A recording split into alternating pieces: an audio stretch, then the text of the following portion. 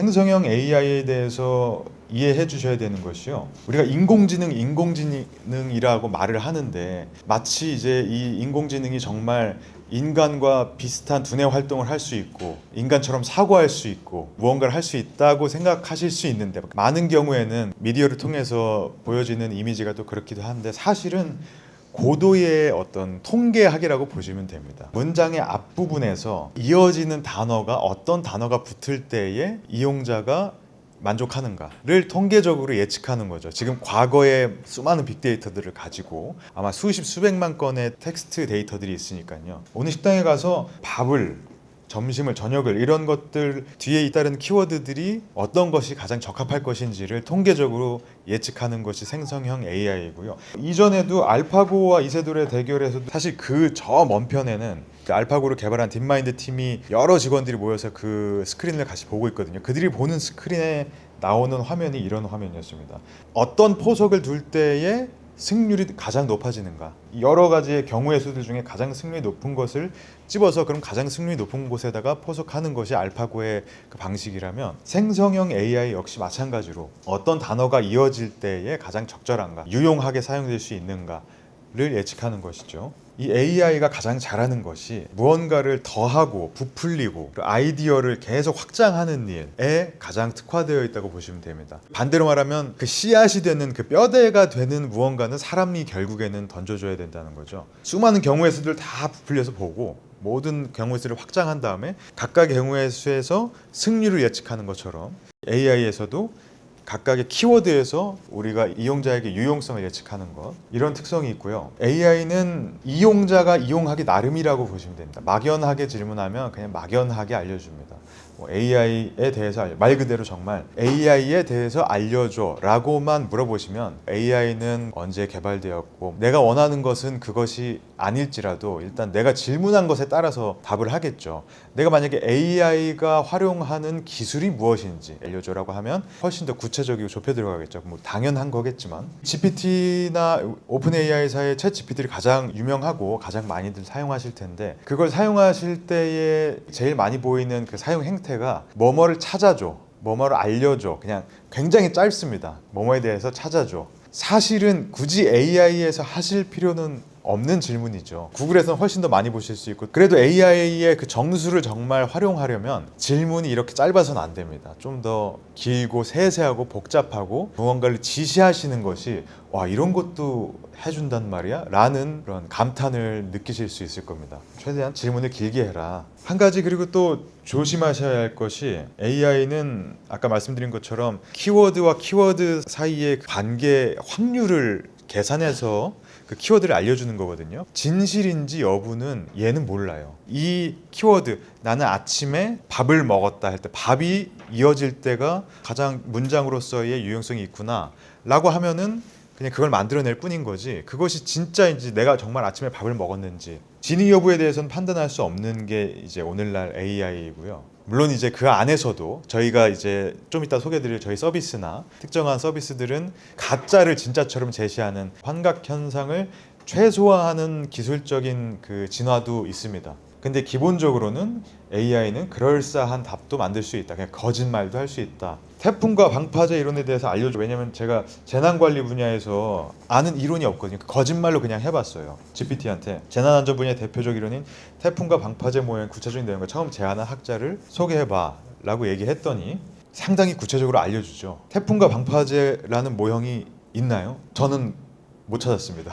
아마도 없을 겁니다. 다만 이 질문의 맥락, 재난안전 분야 대표적 이론, 그리고 태풍과 방파제라는 키워드가 갖는 의미를 과거의 모든 데이터들을 종합해서 이런 답변을 만들 때에 이 사람이 원하는 어떤 이론적인 지식이 되겠구나 라고 생성해 주는 겁니다. 심지어 학자도 알려줬어요. 이 이론을 처음 제안한 학자가 일본의 재난관리 전문가 하야시 히로시 교수라고 되어 있는데요. 하야시 히로시 교수가 진짜 있을 수도 있잖아요. 태풍, 재난 관련 분야에는 전혀 안 계시더라고요. 그러니까 정말 이렇게 찾아보지 않으면 그럴싸한 누구나 믿고 넘어갈 수 있는 이런 글들을 보여주거든요. 그래서 여러분들이 앞으로 논문을 쓸 때에 챗 GPT나 환각 현상을 갖고 있는 그 AI를 그대로 활용하실 경우에는 다소 이제 낭패스러운 경험들을 하실 수 있다. 아니면은 하나하나 이 모든 답변들을 여러분들이 검증해야 돼요. 태풍과 방파제 모양이 이게 진짜 있는 거야? 제가 찾아본 것처럼. 그리고 하야시 히로시 교수가 진짜 이 이론을 제안한 건가? 다시 찾아보셔야 되고 시간을 또 배로 더 잡아먹는 문제가 생깁니다. 환각 현상의 문제를 알고 계시는 것이 AI를 활용하시기에 앞서서 반드시 이제 숙지하셔야 될 내용이고요. 저희 아이오퍼 웹 서비스 화면인데 혹시 여러분들 노트북이나 뭐 모바일로도 접속하실 수 있거든요. 학술 논문 관련된 주제를 정해 두셨다면 혹은 주제를 이제 정해야 된다면 이 안에 이제 학술 카테고리가 있습니다. 지금 제가 알려드리는 것을 한번 직접 해보시고 내가 추진하고자 하는 연구 분야에 대해서 한번 활용을 해보시면 좋을 것 같습니다. 제일 좋은 건 이거겠죠. 재난관리 분야 박사학위 논문 네가 좀 써줘. AI는 막연한 질문에는 막연한 대답을 내놓습니다. AI와의 상호작용은 굉장히 구체적이고 지엽적이고 하나하나 가지를 나눠서 접근하시는 것이 훨씬 더 효과적입니다. 내 연구의 목적은 재난관리 지역 거버넌스의 유사 중복 기능을 완화하고 내 연구의 목적은 이렇게 두 가지가 있어. 이 논문에 서론을 써봐 라고 한다면 이 AI가 연구 목적에 맞는 연구 목적 두 가지에 맞는 글을 써오겠죠. 보니까 이 연구의 배경이나 필요성이 또 있어야겠네. 이 서론을 쓰시려면 배경 필요성이 그냥 넣어야 되는 거라고 생각하시겠지만 사실은 굉장히 중요하거든요. 이걸 읽는 분들이 이 안에 빠져들게끔 만드는 그 어떤 마중물이거든요. 그래서 마치 이 연구 주제가 중요하지 않지만 이 배경과 필요성을 읽은 사람은 이거 굉장히 중요한 거였구나 라고 착각할 수 있게 만드는 중요한 부분이기 때문에 요거까지도 보완해야 된다. 그것만 또 따로 질문을 하셔야죠. 이 연구에 그러면 배경과 필요성을 상세히 작성해봐. 그러니까 배경과 필요성에 대해서 당위성이나 반드시 그렇게 해야 된다는 그런 식의 답변이 나온다면 구체적인 사례가 있으면 좀 더 설득력이 있지 않을까? 이게 필요하다는 내 주장에 대해서 이 질문에 구체적인 사례를 포함해서 라는 걸 같이 넣으시면 되는 거죠. 처음에는 재난관리 분야 박사학위 논문 써줘 하면 아마 전혀 마음에 안 드시는 결과가 나올 거예요. 자, 재난관리 지역 거버넌스 유사 중복 해결하고 거버넌스 효율성을 제고하기 위한 제도적 개선 방안을 마련하는 논문의 서론을 대략적으로 이렇게 써왔습니다. 거버넌스에 대한 내용이죠. 지역 거버넌스에 대해서 저희의 목적을 제시하고 그 목적을 통해서 이 논문이 이뤄낸 가치에까지 대해서도 이야기를 해주는데 배경과 필요성도 작성해봐. 읽는 사람을 끌어들이기 위한 이 배경에 대해서 이 도입에 대해서 쭉 풀어내고 또 이 연구가 왜 필요한지에 대해서도 작성해주죠. 근데 연구의 배경과 필요성을 구체적인 사례를 포함해서 작성해봐. 그럼 이제 구체적 사례라는 키워드를 AI가 인식하고 그 안에 벡터DB에서 재난관리의 구체적인 사례들을 어떻게든 갖고 오려고 하는 거죠. AI한테는 항상 상세하고 구체적이고 질문을 길게 하시는 게 좋습니다.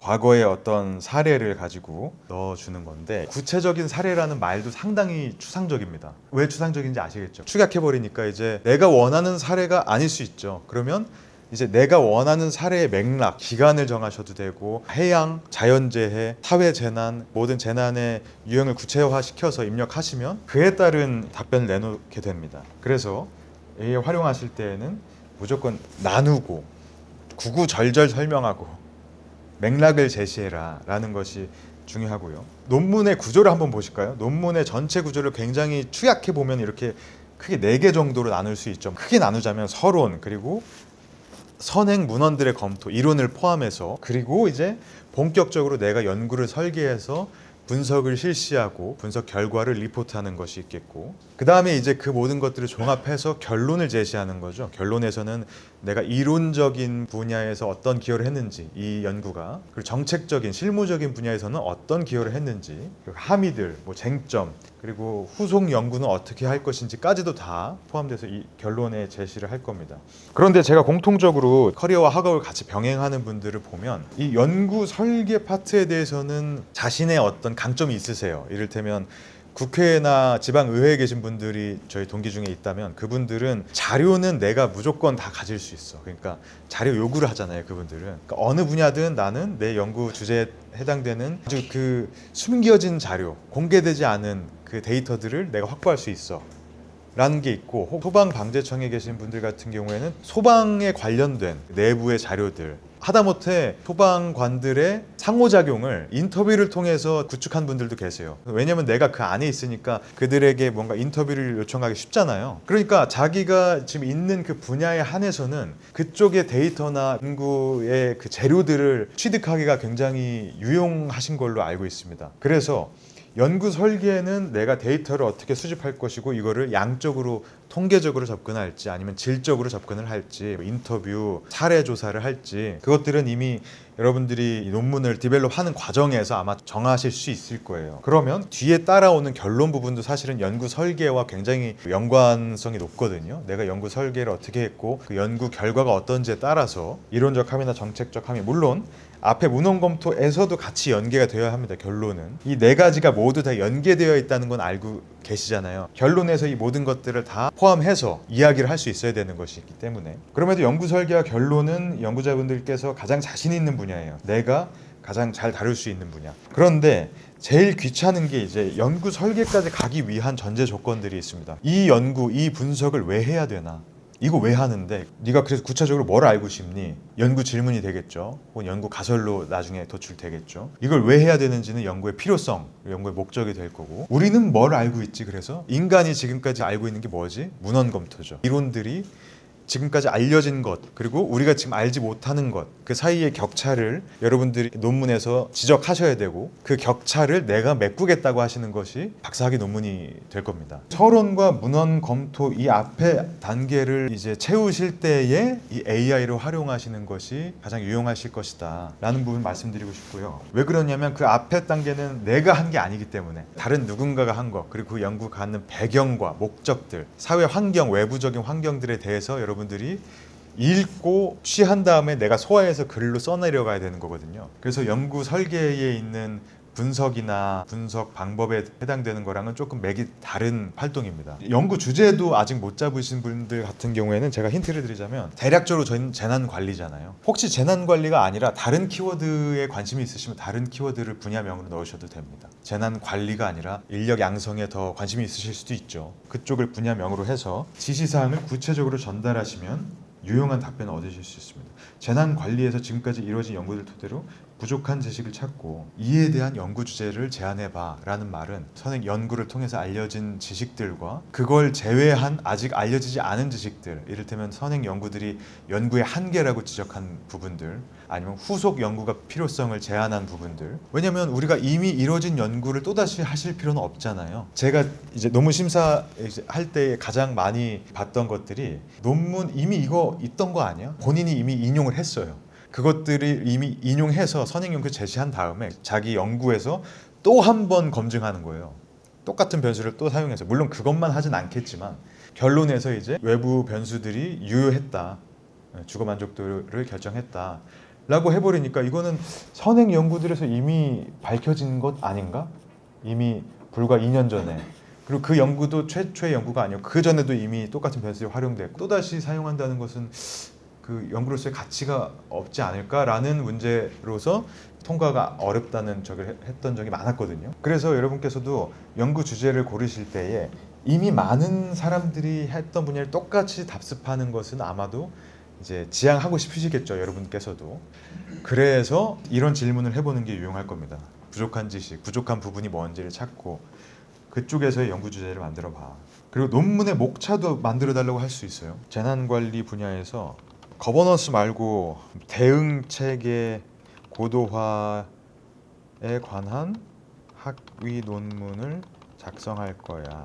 논문의 목차를 제시해봐. 아까 말씀드렸지만 그 지시가 이렇게 그 추상적이면 안 돼요.